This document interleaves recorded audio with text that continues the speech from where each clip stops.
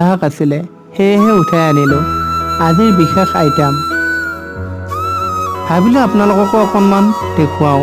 আহকচোন চাওঁ বন্ধু বান্ধৱীসকল ভিডিঅ'টো। বজাৰৰ পাচলিসমূহ খাবই নোৱাৰি, ইমান যে দাম, তথাপি নাখালেই নহয়। পিছে সেইবোৰৰ সোৱাদো কম, সেয়েহে ভাবিলোঁ আজি অকণমান কচু আৰু মূলা শাকে গোটাওঁ। আপোনালোকে বাৰু ক'লা কচু এনেকৈ মাজে সময়ে খায়নে বাৰু? আপোনালোকে বাৰু ক'লা কচু খাই ভাল পায়নে বন্ধু বান্ধৱীসকল? যদি ভাল পায় কমেণ্ট কৰি জনাবচোন। মোৰ হ'লে বন্ধু বান্ধৱীসকল মাছ মাংসতকৈ এই ক'লা কচু বৰ প্ৰিয়।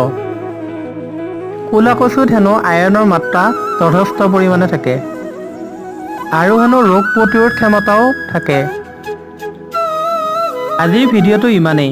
ভিডিঅ'টো যদি চাই ভাল লাগিলে বন্ধু বান্ধৱীসকল লাইক আৰু শ্বেয়াৰ কৰি দিবলৈ একেবাৰে নাপাহৰিব। আজিলৈ আহিছোঁ। জয় আই অসম।